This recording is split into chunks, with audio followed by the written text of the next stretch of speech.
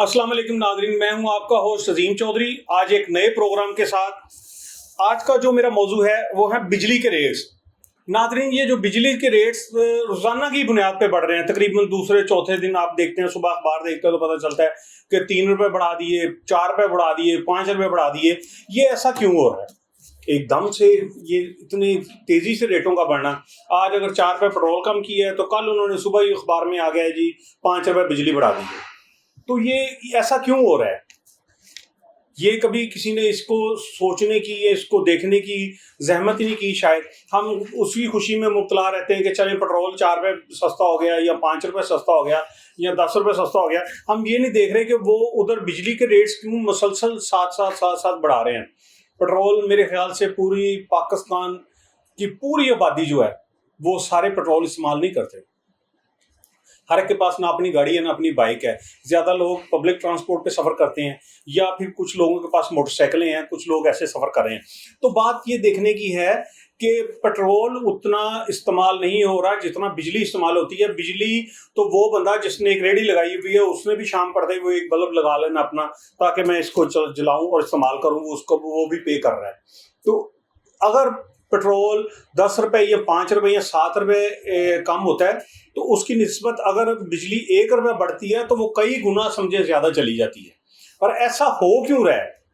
ऐसा हो क्यों रहा है? असल में नाज़रीन ये है कि सोलर सिस्टम के आने से इस दफ़ा माशाल्लाह सोलर काफ़ी सस्ते हुए हैं और उनके रेट्स में भी काफ़ी कमी आई है, जिसको देखने में आ रहा है कि लोग धड़ाधड़ उसको इंस्टॉल करा रहे हैं। पर मर कौन गया है? गरीब।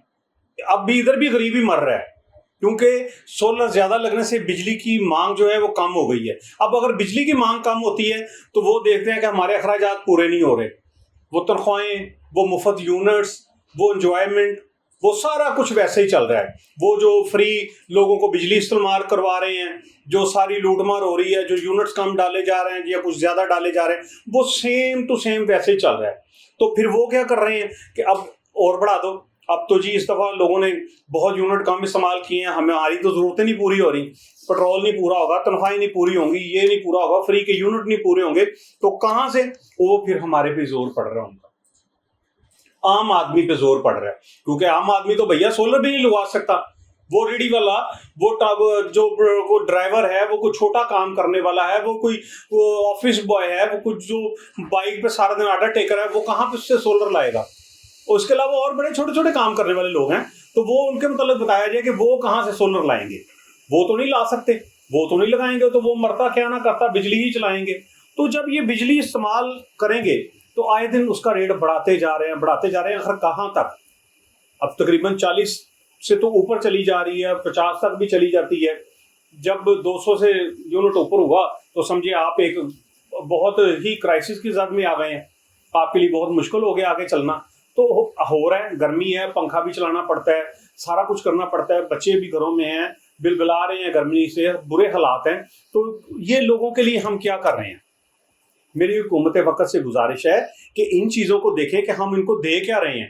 खाली इनका जूस निकाल रहे हैं, इनको मशीन में डाले जा रहे हैं, जूस निकाले जा रहे हैं। कब तक? एक टाइम आता है कि जब वो बिल्कुल ही वो उसमें से कुछ भी नहीं रहता, वो जिसको फोक कहते हैं वो रह जाता है, तो फिर उसमें से जूस कैसे निकालेंगे?